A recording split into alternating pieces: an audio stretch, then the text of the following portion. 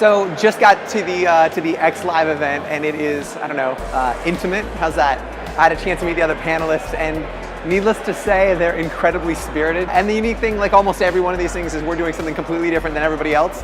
So it'll be interesting to see how FCFL fits into the conversation, but let's find out how it goes. Hi guys, my name is Patrick Dees. I'm the co-founder and chief gaming officer of the fan-controlled football league. It's exactly what you would think it would be. It's a football league of actual human beings kicking off in the middle of 2019, and fans run every decision that a GM would make. So we're literally putting the lives of athletes and people that work in the league in the hands of fans. And so transparency was really important for us. And we learned that lesson kind of the hard way. Football fans in here, raise the hands. Do you guys know, anybody know the name Greg Hardy? Up front you do? Okay, so long story short, Greg Hardy was a professional football player. He played with the Dallas Cowboys for years. Not an ideal citizen, to say the least, right? Kicked out of the league for domestic violence issues. Not a guy you want over for Thanksgiving dinner necessarily. And so he hit us up. We were a proof of concept team in Salt Lake, and Greg was looking for, we were a really high profile team, right? Like the GQ written about us, the New York Times, so we'd had this huge, just very high profile from a minor league kind of team. And Greg picked up the phone and called us and said, hey, I would love to be part of your team. And so immediately we were sitting in a room, the four founders were like, that's amazing, it would make us the best team in the league immediately. But like true to our ethos, we put that to a vote. And so the vote got also picked up by sport. We were on SportsCenter every day for a week. Just literally everybody was checking the vote, couldn't believe that anybody was even giving this guy a chance.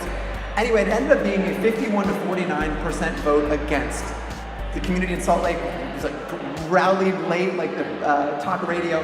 We had fans calling plays in 100 different countries. And so immediately, the international community who didn't have anything to do with Salt Lake was like, yeah, 100%, he should be there. Late rally in Salt Lake, they voted against it, 51-49. But what we found is that people on either side, they didn't believe that any of this was real. We were either totally that we never were gonna give him a shot, or that we had created this vote just for the exposure. And so that's when blockchain really became part of, an essential part of what we're doing. Because when we realized too, like the lives of coaches, players are in the lives of our fans, we need them to understand that not only that these votes are real, but they're authentic, they're immutable, they can't be changed. And so it became core to the product that we're building and that we're launching with in 2019. So we're actually shooting most of this in what I would relate to as a studio audience. So we're not capturing a ton of data on people who are there regardless. So our goal is to really have fan control like every other league, right? Like to put together a turnkey tokenized blockchain solution where fans are, imagine like, so I like Major League Baseball for instance, right? Like so Major League Baseball right now is MLB says that they are aging out of their demographic. They are very literally, their game is like white noise. I don't know, you guys watch baseball?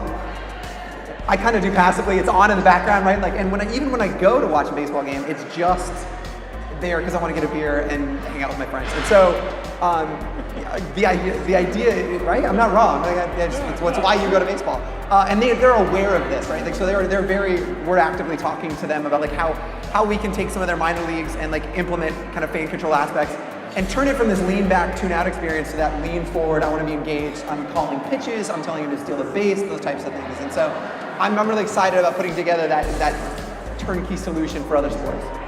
One of the things that we're looking at season 2, so we actually want to tokenize individual players, right? So we're tokenizing this, which allows us to do that. We're tokenizing the league, which is called the Fan Token, which is a Fan Access Network token, which will be applicable in the Fan Controlled Football League, but potentially next year in like Fan Controlled Cricket. ING produces our games, and so they actually built one of the largest cricket leagues in the world, and they want to take us to that.